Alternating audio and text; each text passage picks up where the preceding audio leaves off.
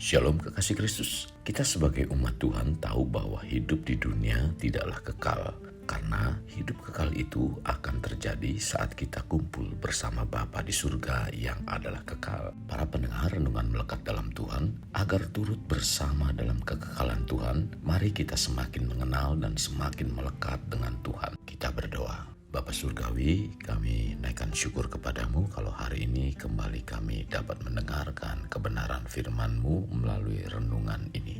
Tuhan, berbicaralah lewat hamba-Mu sehingga firman yang disampaikan merupakan isi hati-Mu untuk kami semua, Tuhan. Dengan demikian kami semakin mengasihi Engkau, semakin melekat dengan Engkau, dan bahkan kami semakin mengetahui sifat dan karakter Engkau, Tuhan. Terima kasih buat kesempatan ini. Kami siapkan hati kami, biarlah firman yang disampaikan jatuh di tanah hati kami yang baik dan menghasilkan satu pertumbuhan untuk hormat kemuliaan Tuhan. Terima kasih, dalam nama Tuhan Yesus kami berdoa. Amin.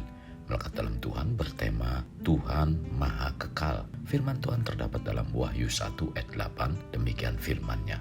Aku adalah Alfa dan Omega, firman Tuhan Allah, yang ada dan yang sudah ada dan yang akan datang, yang Maha Kuasa. Kegagalan memahami siapa Allah itu akan menyebabkan kita mempunyai, mengikuti, dan menyembah ilah yang salah, bahkan malah berlawanan dengan kehendak Tuhan sebagaimana yang Tuhan katakan dalam Keluaran 20 ayat 3-5. Jangan ada padamu Allah lain di hadapanku. Jangan membuat bagimu patung yang menyerupai apapun yang ada di langit di atas, atau yang ada di bumi di bawah, atau yang ada di dalam air dan di bawah bumi.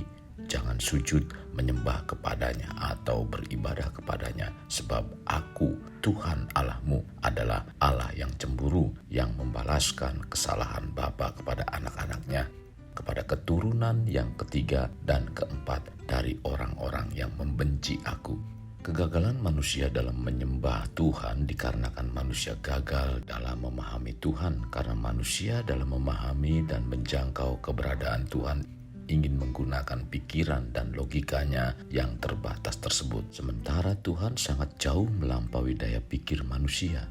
Dengan demikian, kita sebagai manusia akan sulit untuk memahami dan mengenal Tuhan. Dari hal ini, efeknya terhadap diri kita adalah tidak mengetahui sifat-sifat Tuhan, di antaranya Tuhan adalah Maha Kekal. Kata maha berarti sangat, amat, atau segalanya, dan kekal berarti abadi, tidak berawal dan tidak berakhir. Mazmur 90 ayat 2 mengatakan tentang kekekalannya sebelum gunung-gunung dilahirkan dan bumi dan dunia diperanakan. Bahkan dari selama-lamanya sampai selama-lamanya Engkaulah Allah.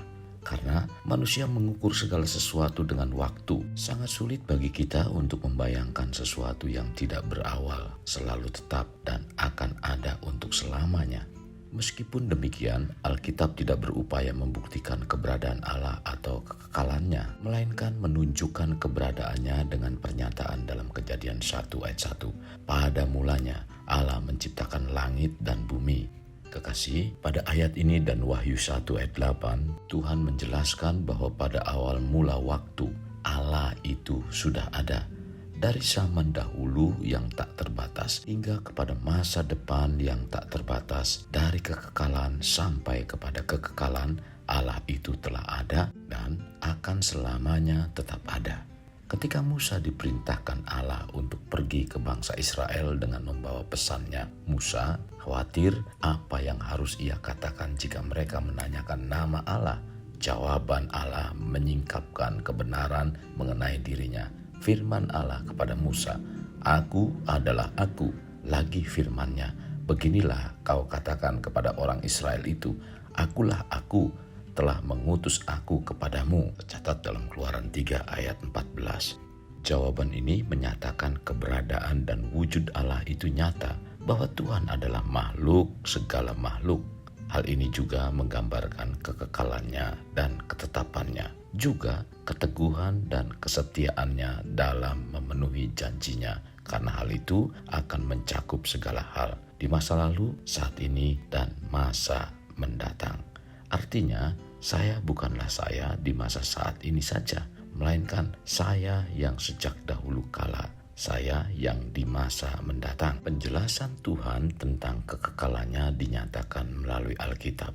Yesus Kristus sebagai wujud Tuhan juga menegaskan keilahian dan kekekalannya dengan mengatakan, sebelum Abraham jadi, aku telah ada, tercatat dalam Yohanes 8 ayat 58. Jelaslah bahwa Yesus menyatakan dirinya sebagai Allah dalam wujud daging, sehingga ketika bangsa Yahudi mendengar hal tersebut, mereka mencoba melemparinya dengan batu sampai mati.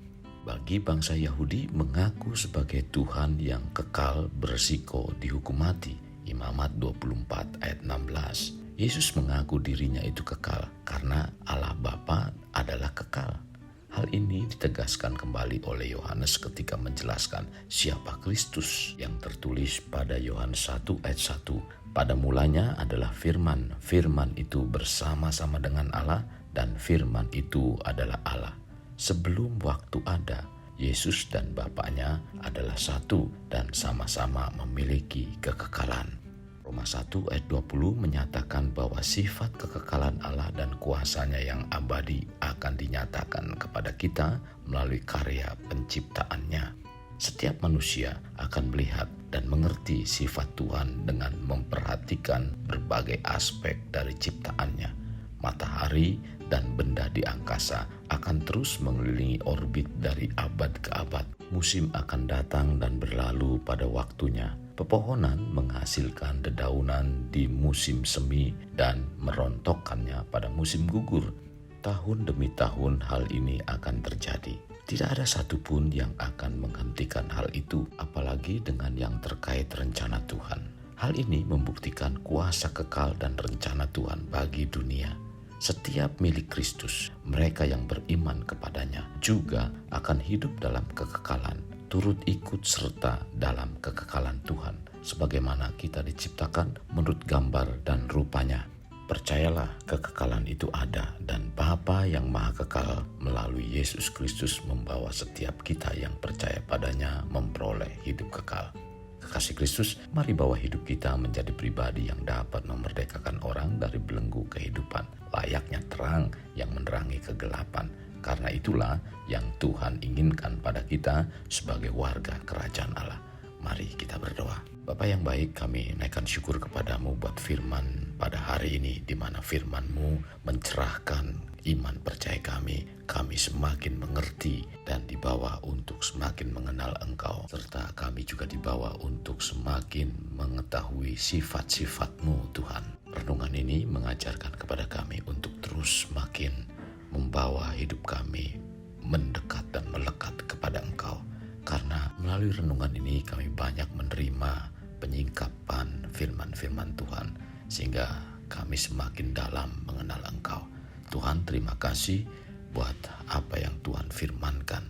Pimpin kami supaya kami menjadi pribadi-pribadi, bukan hanya kami tahu akan firman Tuhan, melainkan kami mampu melakukannya dan terus semakin berakar di dalam Engkau. Tuhan, kami juga berdoa dan memohon kepadamu agar Engkau menilik hati dan kerohanian kami, agar kami tetap terus tertanam di dalam Engkau, dan bahkan firman-Mu terus semakin berakar dan berakar, mengalami pertumbuhan, sehingga kehidupan kami menghasilkan buah-buah yang menyukakan Engkau. Tuhan, terima kasih buat renungan firman ini. Pimpin kami untuk senantiasa haus akan firman dan merenungkannya, sehingga lewat hal ini hari-hari hidup kami menyukakan Engkau. Terima kasih Tuhan Yesus, ini doa dan permohonan kami dalam nama Tuhan Yesus kami berdoa. Amin.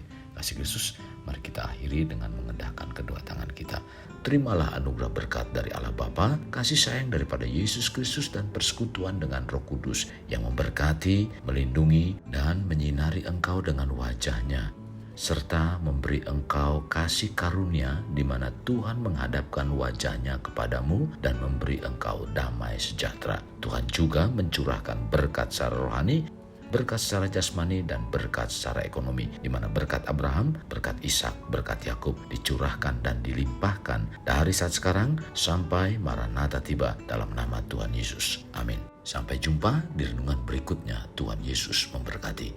Jangan lupa like, share, dan subscribe.